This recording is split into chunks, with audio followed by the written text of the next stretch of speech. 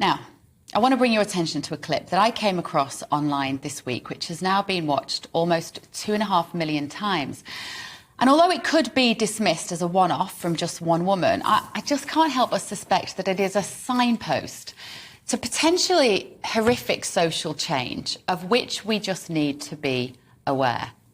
It features a sex therapist who works for the Keystone State of Pennsylvania in America, which describes itself as proudly founded in 1681 as a place of tolerance and freedom. Now, don't get me wrong, tolerance, coexisting with people who are causing no harm but are not like us, is good.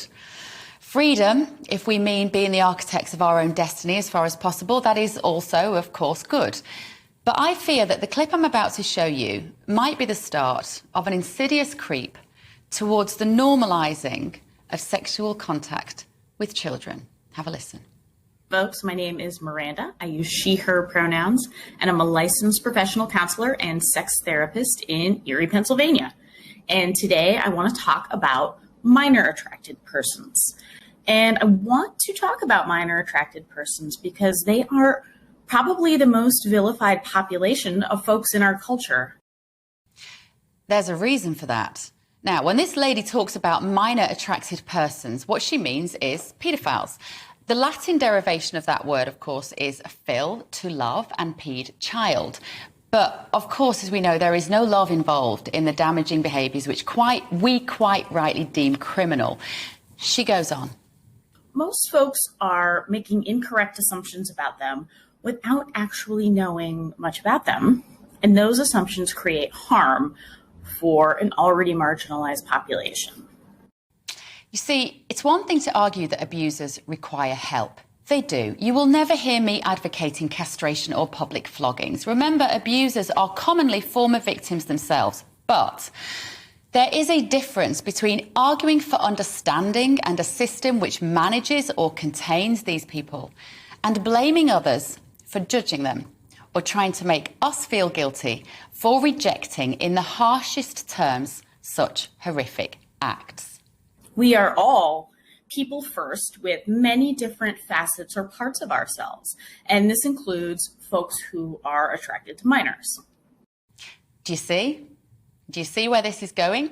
You may think a minor attracted person is wrong because they are not the same as you, but everyone has rights. There's no such thing as good or bad anymore, just a murky moral relativity in which you don't have a right to judge someone who is different to you.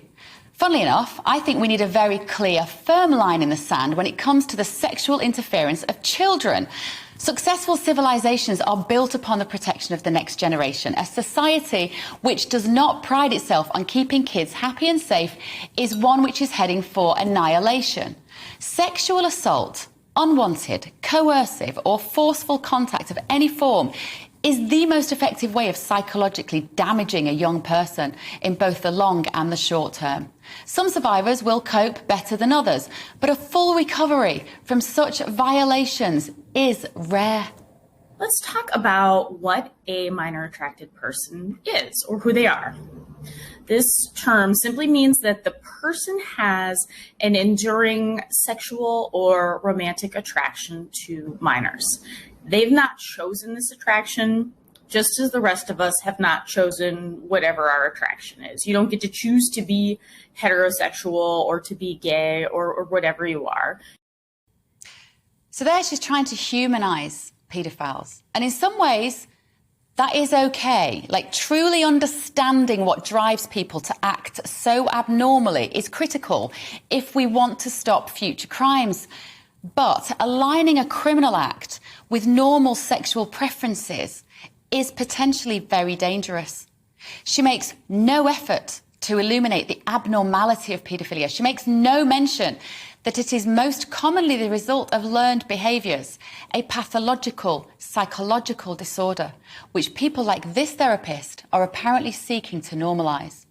And this is from TikTok, a social media platform owned by the Chinese government and aimed at children. Imagine your daughter or granddaughter experiencing unwanted molestation from an adult and just wondering if she should bring this to someone's attention.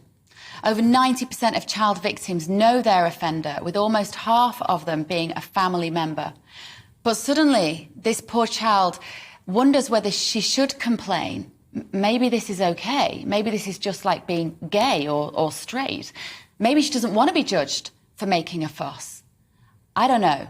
Maybe there are people hoping that by the time the guest list to the Epstein-Maxwell parties is released, we'll have all bought into the idea that paedophiles are simply minor-attracted people who deserve our understanding.